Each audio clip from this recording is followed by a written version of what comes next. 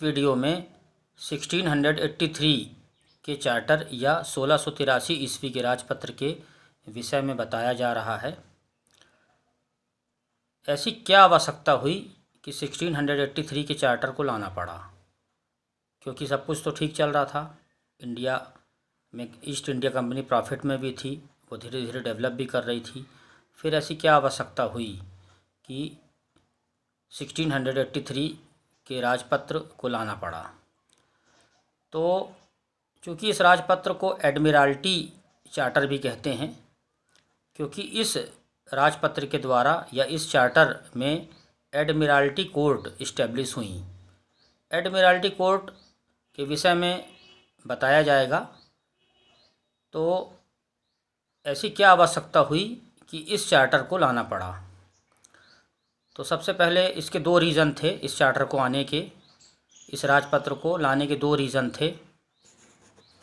तो first reason था एकाधिकार का संरक्षण या protection of monopoly.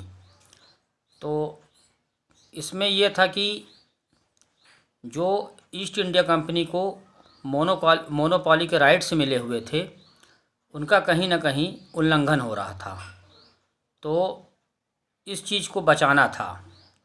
East India company ने रिक्वेस्ट की, क्योंकि बहुत सारी चीज़ें ऐसी हुई जो लॉ पहले भी बनाए गए, उनका पूरी तरह से इम्प्लीमेंट नहीं हो पाया। तो मोनोपोली कहीं ना कहीं इफ़ेक्टेड हो रही थी। तो ईस्ट इंडिया कंपनी के रिक्वेस्ट पे इस चार्टर को लाना पड़ा।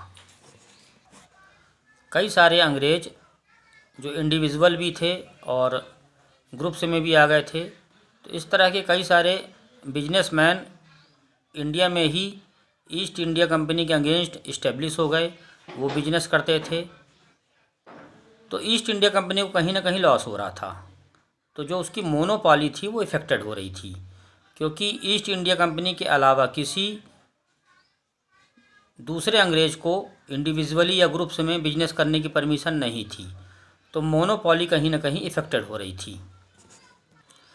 ईस्ट इंडिया कंपनी जब एक्सपोर्ट करती थी तो शिप से सारा ट्रांसपोर्ट होता था, मतलब जहाज़ों से सारा आवागमन होता था प्रोडक्ट का। तो शिप में जो प्रोडक्ट एक्सपोर्ट होते थे, तो जो समुद्र होता था वहाँ पे रॉबर लोग, डकैत लोग उस पर डकैती करते थे। ओशियन रूट से सारा ट्रांसपोर्टिंग होता था ईस्ट इंडिया कंपनी का। तो उस रूट पे जहाज़ों में या शिप में रॉबरी होती थी, लूटपाट होती थी।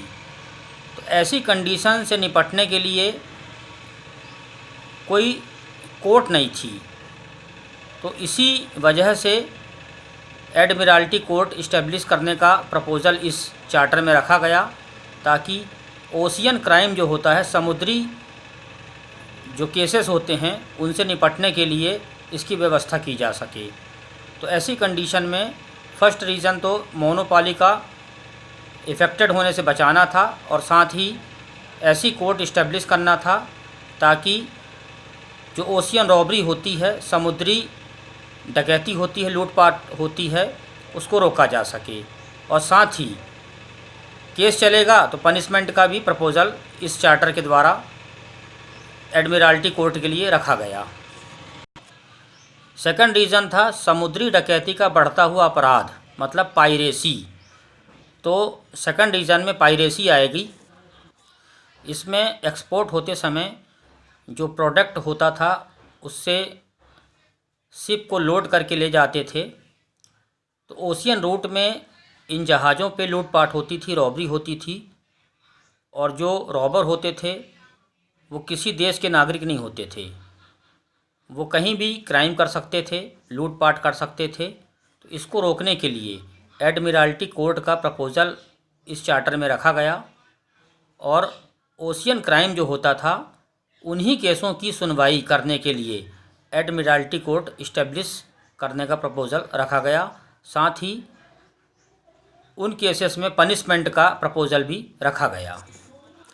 तो ये दो रीज़न थे 1683 एडी के चार्टर या 1683 ईस्वी के राजपत्र आने के, जिनमें इन दो रीज़न का सलूशन भी रखा गया। इस राजपत्र को 9 अगस्त 1683 या 9 अगस्त 1683 ईस्वी को इशू किया गया, जिसमें ये व्यवस्था की गई कि ईस्ट इंडिया कंपनी इंडिया में एक एडमिरल्टी कोर्ट या अकॉर्डिंग टू नीड्स आवश्यकता के अनुसार कई सारी एडमिरल्टी कोर्ट इस्टेब्लिश कर सकती है। सबसे पहली एडमिरल्टी कोर्ट 1684 में मद्रास, प्रेजेंट टाइम में जिसको चेन्नई कहते हैं, मद्रास सिटी में इस्टेब्लिश हुई 1684 ईस्वी में।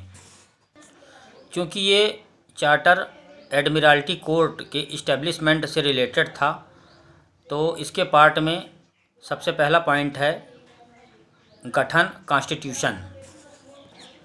एडमिरल्टी कोर्ट में एक चीफ जस्टिस का प्रपोजल रखा गया और साथ ही 2 असिस्टेंट जस्टिस का प्रपोजल रखा गया, और ये तीनों जस्टिस का अपॉइंटमेंट कंपनी करेगी।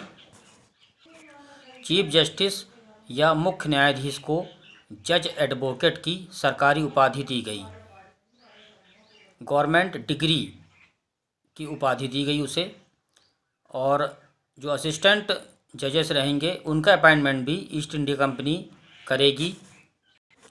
चीफ जस्टिस को सिविल लॉ का नॉलेज होना ज़रूरी था, लॉ वाले व्यक्ति को अपॉइंटमेंट किया जाना था, ऐसा ज़रूरी किया गया। और असिस्टेंट जो जजेस होंगे वो व्यापारी वर्ग से, मतलब बिजनेसमैन होंगे, और वो बिजनेसमैन जो होंगे उनका अपॉइंटमेंट असिस्टेंट जजेस के रूप में किया जाएगा।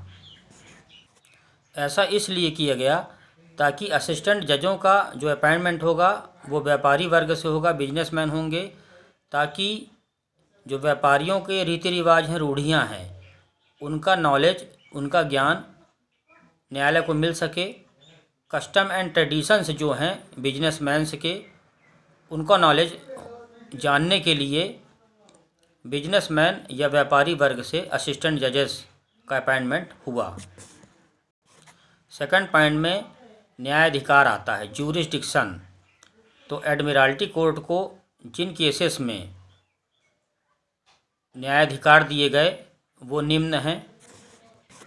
ए में आएगा मार्केंटाइल केस, मतलब व्यापार से संबंधित केस। बी में आएगा मैरीटाइम केस, सागरी मामले। सी में आएगा जहाज़ों के अपहरण से संबंधित केस, मतलब किडनैप टू शिप से रिलेटेड केस। डी में आएगा माल के अपहरण से संबंधित केस, मतलब किडनैप टू लगेज। और ई में आएगा हर्ट के केस, मतलब चोट चपेट के छोटे मोटे केस। थर्ड पॉइंट में रूल ऑफ डिसीजन, मतलब जो निर्णय होगा एडमिरल्टी कोर्ट का वो किस लॉ के तहत होगा, किस कानून के तहत किया जाएगा। तो जो डिसीजन होगा वह जस्टिस सिस्टम एंड कंसाइंस से होगा, मतलब शुद्ध अंतःकरण के नियम लागू होंगे। साथ ही व्यापारियों की जो समस्याएं या व्यवस्थाएं होंगी उनको भी देखा जाएगा, मतलब सिस्टम ऑफ बिजनेसमैन, जो व्यापारियों की व्यवस्थाएं हैं उनसे संबंधित नियम भी लागू होंगे। और व्यापारियों की रीति रिवाज, मतलब कस्टम एंड ट्रेडिशंस, तो ये नियम के तहत एडमिरल्टी कोर्ट डिसीजन देगी और इसी लॉ का प्रयोग या यूजेस एडमिरल्टी कोर्ट के लॉ में किया जाएगा। फोर्थ पॉइंट में न्यायालय की कार्यप्रणाली या प्रोसीजर किस तरह से रहेगा, मतलब जो कोर्ट है उसका प्रोसीजर क्या होगा, ये बातें आएंगी। इसमें जो प्रोसीजर होगा वो एडमिरल्टी कोर्ट को ये राइट दिए गए कि एडमिरल्टी कोर्ट जो रूल रेगुलेशन होंगे वो खुद ही बना सकती है, लेकिन इस बात का ध्यान रखना आवश्यक था कि जो ब्रिटिश गवर्नमेंट होगी या ब्रिटिश अधिराट होंगे, ब्रिटिश किंग होंगे, उसके इंस्ट्रक्शंस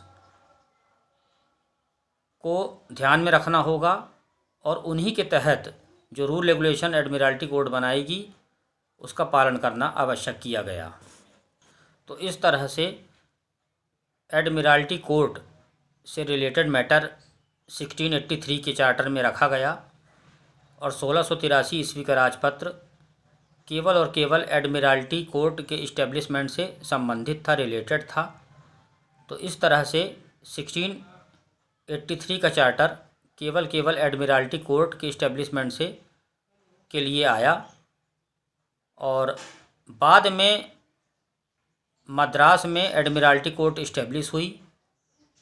उसका डेवलपमेंट भी आएगा, लेकिन जो 1683 का चार्टर था वो एडमिरल्टी कोर्ट के लिए ही आया था।